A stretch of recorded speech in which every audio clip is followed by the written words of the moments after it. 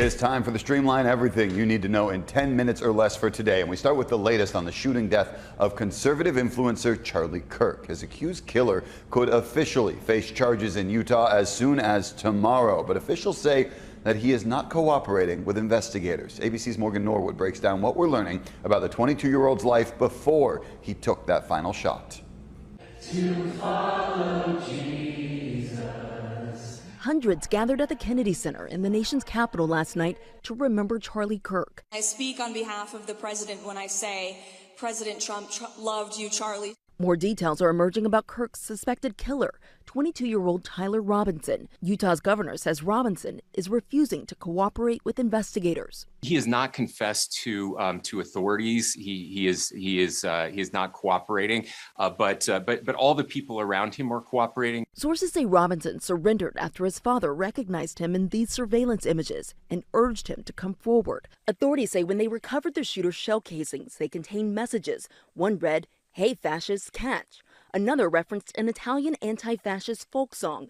Investigators also confirming they've now interviewed Robinson's roommate, with whom they say he was romantically involved. His roommate was indeed a boyfriend who is transitioning from male to female, and that he is cooperating with authorities as well. Officials say Robinson had no military experience, but was proficient with a firearm. Multiple social media posts by his family show him posing with guns. About 175 yards from the podium to the shooting location. 175 yards. And would you have to be a pretty proficient marksman to be able to make it, given those conditions? Given the environment, that type of shot is not easy. President Trump continues to blame only the left for political violence, not referencing the Democrats targeted in recent months. But other Republicans are striking a different tone. You need to take the word radical and remove right or left. And radical coming from any direction is not good. Morgan Norwood,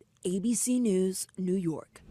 Kirk's funeral is set for next Sunday at the Arizona Cardinals Stadium outside of Phoenix. President Trump says he will attend and plans to award Kirk the Medal of Freedom. Governor Newsom will decide whether both federal and state officers will be banned from wearing masks in California.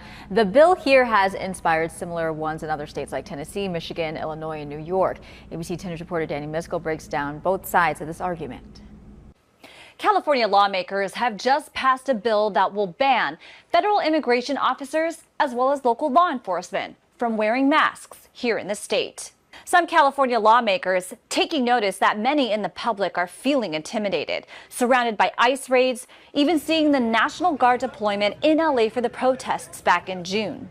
A recent Supreme Court decision is also fueling this bill. A judge overturning a court order that would have blocked ICE's ability to stop or detain people based on the color of their skin. Extreme masking that is causing terror. It's why this so-called No Secret Police Act aims to boost transparency, even bolster public trust in law enforcement. You're policing, patrolling a community, arresting people. People should be able to know who you are and what agency you're with, and that you're actually a law enforcement officer. But there's still strong opposition to this bill. The state of California, or actually any state in the union, does not have the authority to determine how federal officers are going to handle enforcement operations.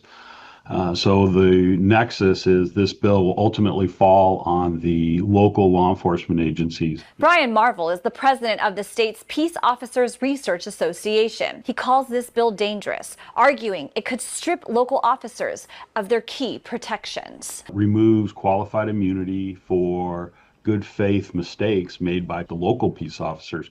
Will now open them up to litigation and being sued. Marvel adds that local officers tend to only use masks for either special operations or when near chemical gases. The No Secret Police Act does include exceptions for SWAT teams, medical-grade masks used during wildfire emergencies. The bill passed late Thursday, and it's now on the desk of Governor Gavin Newsom. He has until October 13th to either sign or veto this bill. In the newsroom, Danny Miskell, ABC 10 News. New York City's Democratic mayoral nominee Zohran Mamdani picked up an important endorsement on Sunday. New York Governor Kathy Hochul is formally endorsing Mamdani. In a New York Times opinion piece, she called him a leader who is focused on making the city affordable. And she mentioned they've had their differences, but says that he shares her commitment to keep people safe and provide opportunities for people to grow. Other major Democratic leaders in New York, like Senate Minority Leader Chuck Schumer and House Minority Leader Hakeem Jeffries, have been reluctant to endorse Mamdani. The latest New York Times Siena poll, though, shows Mamdani has a 20-point lead over Andrew Cuomo. Well, Sunday was television's biggest night, the 77th Emmy Awards. The big winner was British crime drama Adolescence. Really good show. This Netflix show won Outstanding Series, Directing, Writing, Best Lead Actor, Supporting Actress, and Best Supporting Actor. Owen Cooper's win for Best Supporting Actor makes him the youngest winner in that category at just 15 years old, and he was incredible in it. Then, arguably the biggest standing ovation of the night, it went to Late Show with Stephen Colbert and its win for Outstanding Talk Show. His win comes as The Late Show is set to end next May. CBS says it made the decision purely for financial reasons, but many people have questioned if the then pending merger of Paramount and Skydance Media played a factor, since the move needed approval from the Trump administration. Colbert has been an outspoken critic of Trump. The merger was eventually completed just 8 days after CBS announced The Late Show's cancellation. The federal tax credit for those looking to buy an electric car is hitting the end of the road. So I spoke with a car buying researcher on how not to burn a hole in your wallet with this tax credit coming to an end with cars that don't burn gas.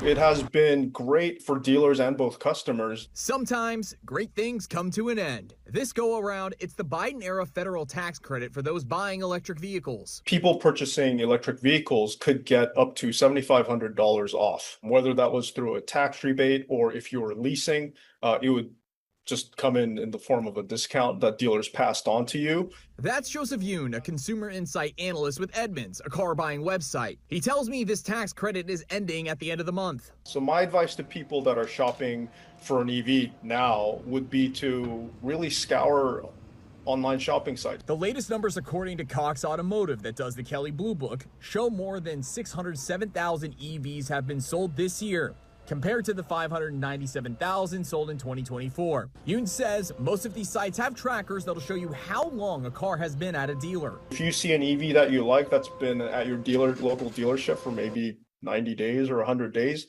they're going to be willing to wheel and deal with you. So go in there firm, ready to fight and negotiate, and I think you'll be surprised at the deals that you'll be able to get. But he says you might need a different game plan if you're shopping for a used EV, which you could get up to $4,000 off with the tax credit. Used cars typically have a much lower margin for dealers, so you can't really just go in there and fight for a discount as you would a new car, especially a new EV. And so I think as far as used shopping goes, I would say stay within your budget. The tax credit is running out of road. Yoon tells me they were expecting a bump in online traffic of EV shopping with the credit coming to an end.